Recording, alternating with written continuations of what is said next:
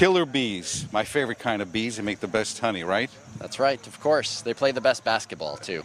And I'm here with two brothers. You know, I'm in business with my brother, so I sympathize with you guys. Thank you, I appreciate that. Well, if anyone does anything too bad, we can always just call our mother. Yeah, well, that's to mediate disputes. I know, my mother used to be able to do that very well, but she's gone since 2000, so we're kind of left on our own. But we have a lot of videotape of her, you know, saying, don't do that, put that down, don't run around the house with that sharp object. But those running days are over anyway. Killer Bees, and it's a great story about an excellent, legendary, fantastic basketball team right here in Bridgehampton. And if you're on 27, you'll actually pass by their homestead. You'll actually see the bee logo. Yep. I love the shirts, guys. Those are terrific. Thank you. But what made you make this project? Well, it started well, first we went to school there, and we participated in the basketball program. And one of our classmates, friend of ours from school there, Facebook messaged me with Coach Carl and thought that the time had come to tell the story of this team and this school, because as we all know, the Hamptons are changing very rapidly, and cultures are changing, gentrification, and that maybe this rich tradition at the Bridgehampton School and basketball was not long for this world, and somebody should tell it sooner rather than later. And the story actually parallels not only the basketball and everything, but the fact of how the community, no matter what race, creed, national origin, around the issue of, you know, in Bridgehampton, there's no feeling of prejudice or discrimination. Well, I think it's important to point out that there's two worlds. You know, there's the world that comes to the games that you'll see in the winter, which is a community very tight-knit, and it's just like you described. But there's also a divide between that community and the community that comes out here for the summer, which is very wealthy, celebrity, completely different world. So that's why they build their own schools. So it's interesting to see, you know, the reaction to people who knew nothing about this other world, that it exists. Right. And I think that the team really is an expression of their desire to be heard. Anyway. Yeah, that always, I'm here over 30 years, and that always amazed me about the fact of that, you know, if you're a property owner, you're paying a lot of real estate tax and school tax to send your kids to the local school. And if you're in an area, let's say south of the highway by the ocean, that thing doesn't really pay much. First of all, the taxes are a lot lower than somebody up in the Springs. Right. And the other issue is the fact of the schools. Mm-hmm. You know, the spring school needs a lot more. Yeah. These issues do come up a lot, and part of the storyline is the history of the school closing battles, which were huge political fights about keeping the school open over the years. And it was at one point actually in the 90s. Closed. And they had to go upstate and fight it, and there's a famous story during a playoff game.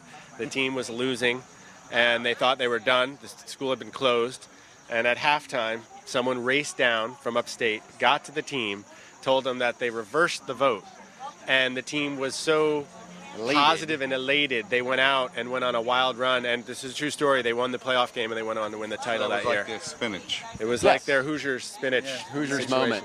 Yeah. Wow, what a beautiful story that is. Yeah. So it's a very special place for us growing up, where we did right around the corner, and it was also one of the reasons why I think Coach Carl and them reached out. They reached out to us is because they would be open, since we knew a lot of their parents and uncles we went to school with. So, did you guys go to film school or? No, I studied politics, and Orson studied economics, which we figured was applicable to film. Money in business. But we did go to the North Carolina School of the Arts for a program to study some. For a summer program. And you always work together. Yes. Yes. You know, even as children, you work together. Pretty much. No, not as kids. Yeah. Different jobs.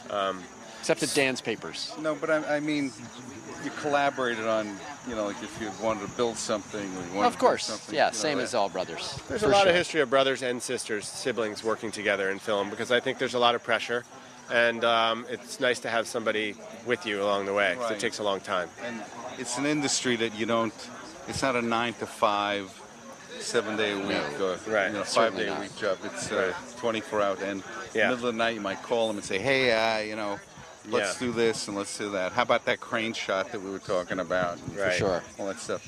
But it's amazing. And Shaquille O'Neal, how did you get him involved in this? Well, a friend of ours named Glenn Furman, who became the executive producer helping us raise some finance, has an art foundation called Art Flag Foundation, and he became friends with Shaquille O'Neal, who curated some shows for him. So then he showed him the teaser we had cut together for the Bees movie, and he jumped on and wanted to participate. So Isn't that great? That's terrific. Yeah. That's terrific. A brother-in-law of mine is a blackjack dealer, and a lot of the guys, when they come to Las Vegas, he hits the high roller fellas, and a lot of the basketball guys, no names please, are at his thing. And he says that it's amazing how if they get behind a project or charity, that it just lights everything up. And Shaquille O'Neal in particular may be one of the physically most recognizable human beings on the entire planet. Even if he wears sunglasses and a derby, you'll know that it's him. You know it's Shaq. So anyway, we hooked up with him, and we hooked up with Larry Gagosian, who's an art dealer, who's another really terrific guy to have behind the film, and it gave us a lot of buzz.